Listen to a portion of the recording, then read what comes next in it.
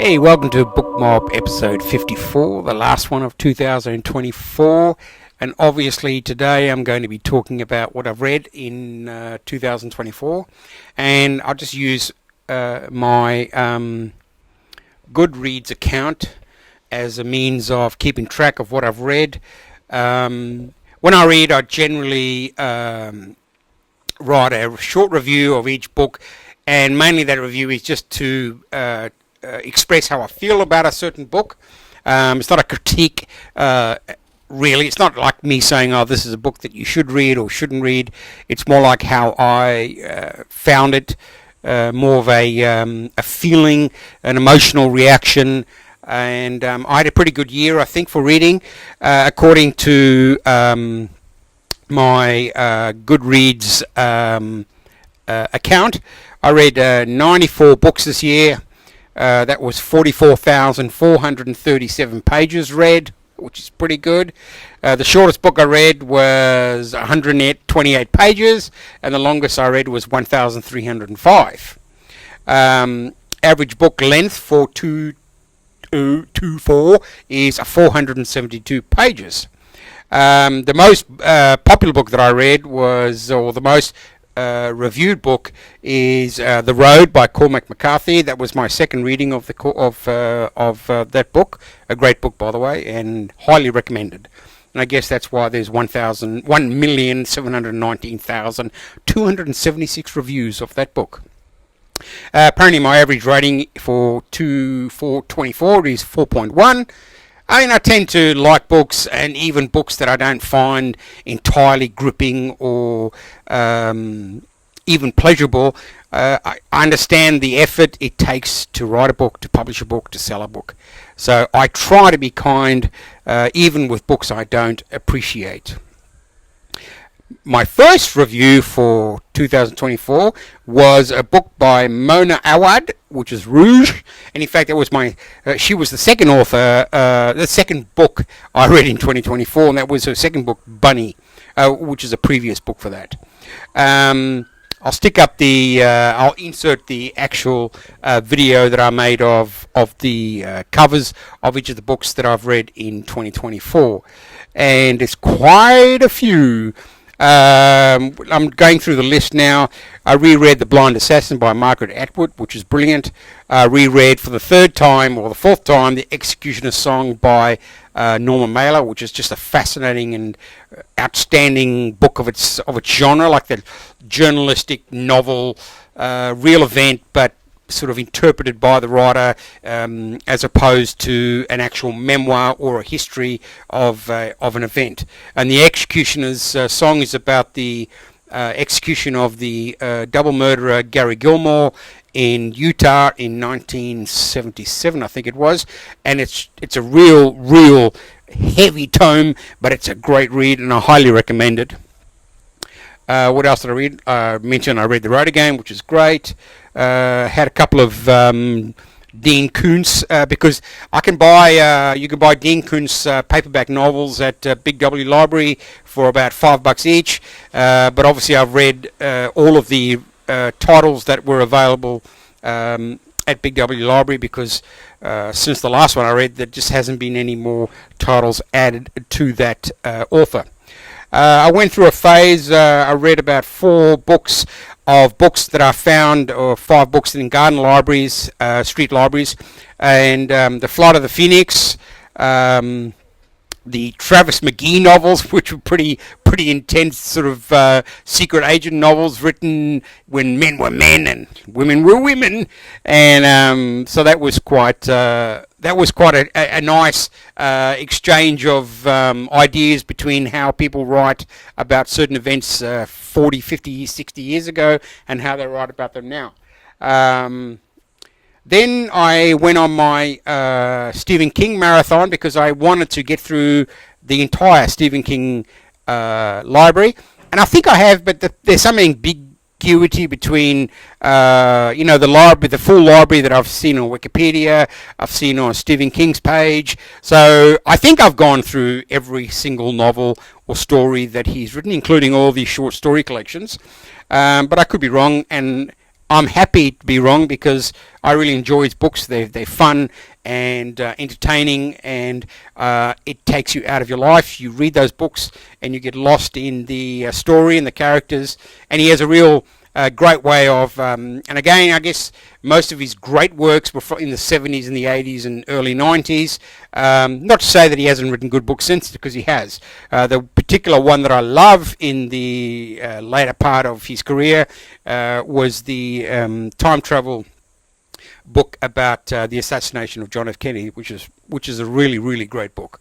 Then I also read the entire Dune series, which became a bit tiresome towards the last book, but it was again a series that I would never particularly interested in reading in the past, but I thought this year that I'd tackle all the titles from the Dune series, and they were interesting. I saw the two film versions.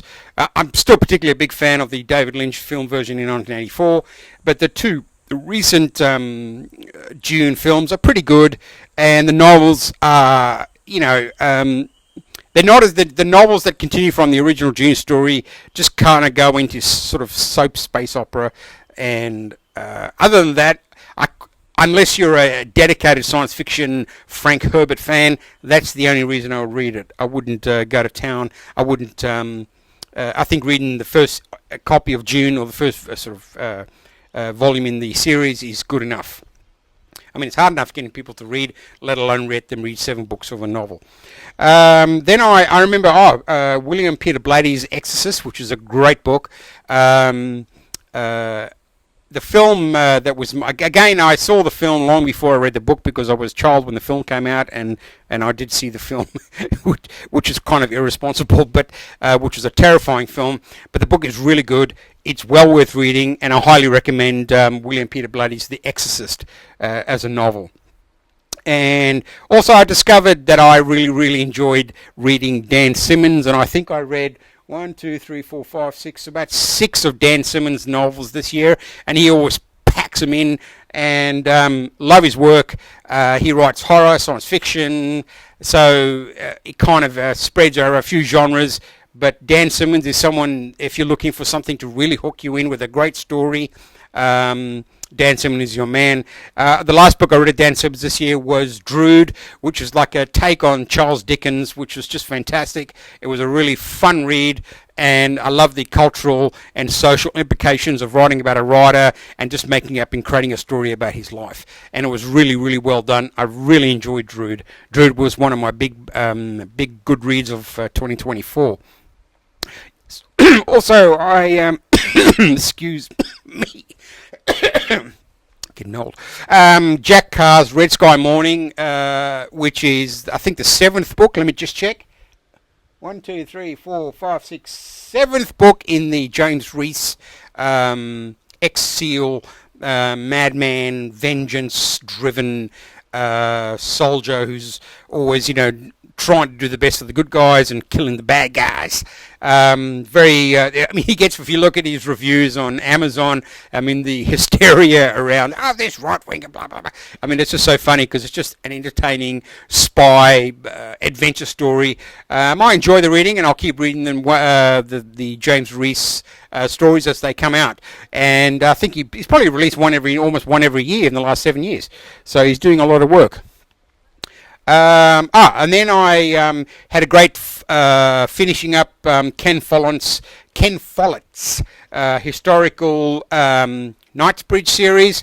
Read a couple of those. So the Fall of Giants, Winter of the World, and Edge of Eternity were the 3 big ones that I read this year. Again, a historical narrative full of, bodice ripping, lots of sex, and basically his idea is that the individual can only transform himself from his pitiful background through education and hard work, and then he overcomes the state, but the state is always trying to smash the little guy. And I kind of think it's true. I think that entrepreneurs who come from very basic backgrounds have to struggle through so many challenges that, say, kids of wealthy parents or upper middle class parents. And his story is always about really dirt poor kids who have a talent and they managed to overcome the prejudices and the political and social nightmare of the times. I mean, it's not serious history. It's serious history in the sense that he's not making stuff up about buildings and battles and places, but he does give his characters sort of contemporary issues about sex and sexuality, which he does go a long way just to trying to express his ideas that the individual in a land should be allowed to pursue whatever he or she desires, within reason and without hurting people. But he's always got a good guy, bad guy, mediocre guy. Still fun. I read T.J. Newman. She's written three novels about plane crashes and air disasters. And Worst Case Scenario was the one that she released in 2024, and it's about a plane crashing near a nuclear reactor or nuclear power station, causing havoc. And her books were fine. I mean, this is a writer who wrote, who was an airline attendant for years and years, enjoyed reading and writing, and then she just wrote her first novel, and it was about a plane crash or a hijacking, something I can't even remember, but it was good fun. And she's released 2 subsequent novels, and both have sold really well, and I think are already being made into movies. And that's always a way to say if something's entertaining, they want to turn it into a movie. The 1984 book Julia by Sandra Newman was a very, very intense reading about how much you should hate George Orwell. The the man behind the woman behind the man behind the when. So it's always like history, revisionist history, whatever you want to call it, or looking at history from a different perspective. George Orwell was a lazy bastard, and got other people to do everything for him. Whatever. A good book though, 1984. I found Julia was a great read. I really enjoyed it, and it was just a different view of the same story but told from Julia's point of view. Sally Rooney, it's another one of her sex-obsessed books. Didn't really... I mean, I read it, but it wasn't that great. I mean, she's trying to write about contemporary Irish life, but I don't know, it just seems to me that she's kind of... lost in a bubble of her own invention, and I guess because of her sort of political stances, her public political stances, it does kind of take a bit of a shine off her work. It shouldn't, but it kind of does. And I guess you could say the same thing about the book about Jack Carr, the author. He's people whinging about him being a right winger. I guess you could say the same thing about Sally Rooney being, on the other side of the fence. Anyway, that was okay. Fascinating book from Grant Lee Keyser. I've read a couple of his great biographies, I should say, of Australian people who've made an impact on Australian history. And this one is Mrs. and Mrs. Gould, which is the story about the author... how about to just say the guy who looked at birds and created the collection, wrote books that around the world he kind of classified and found and discovered new bird species in Australia and in Europe. And it's a great story showing how he, as usual, he abused his power, his position in a system or in a political system where he didn't come from a rich family in that, but once he became powerful and rich and influential, he just turned into a bit of a shit himself. But ultimately, a great historical story, well said, easily read, and a fascinating read. Ornithology, is it? Ornithology. I can't remember the word, but anyway, it's about birds. And Grant Lee Keyser's he wrote a great one about the Australian writer, what was his name again? Let me find him. Henry Lawson. Oh yeah, that was an I must admit, that was one of my reads, I think 2022 or 2023. But I like Grant Lee Keyser. He writes entertaining, popular history books that allow you an insight into the past, and the way he does it is by drawing, all the historical records and just paving out a narrative, a story in a chronological order from, beginnings, middles, and ends. So, but a fascinating read. I loved it. It was great. And as we come close to the end of the year, I read this year. I think I read 3 Ira Levin novels. I read, well, the first one was The Perfect Day science fiction novel, which is great. But the last two I read in the last couple of days, The Boys from Brazil, which is just bloody brilliant, and Rosemary's Baby, both just fascinating, gripping, entertaining stories. And if you're looking for something to read, The Boys from Brazil and Rosemary's Baby, and also The Step Device, which I've read previously. Ira Levin has really managed to capture American culture and society, in particular time, place, the 60s, the 70s, and the writing is great, the stories are awesome, and I highly recommend Rosemary's Babies and The Boys from Brazil as books, because obviously both have been made into well-known films. I saw the films before I read the books because when the films came out, I was still a kid, and so I couldn't really help it because I like to read the books before the films come out, because many times I don't see the films of books because I've always been very disappointed in the interpretations that filmmakers make. However, I have seen The Boys of Brazil and The Rosemary Baby. Both films are fascinating, but again, read the books. The books are better, and don't forget you're sitting in someone's mind for a whole 200-300 pages. It's a different way of massaging your brain, and it really does get you away from screens. It gets you away from your phone. Reading is just powerful and fantastic. So please read. And my last review of the year was a book by a well-known science fiction author, Stephen Baxter. Now, I'm not a big fan of Stephen Baxter. I don't think I've read anything of his books. I know the name, but I haven't read any of his books. And I bought RAFT because it was on sale, and I got a Christmas book voucher for Harry Hartog from my son, and I thought, oh well, I'll give it a risk. So RAFT is, look, Baxter is a trained mathematician and an engineer from a highly educated person. He's written loads of books. He's well loved. I mean, he's seen as the great sort of writer of science fiction. Again, I enjoyed the book, but there was so much, because I'm a dummy, I'm a dumbo. The sort of technical language he uses, it just lost me. I was trying to imagine the world that he created, and it was extremely challenging.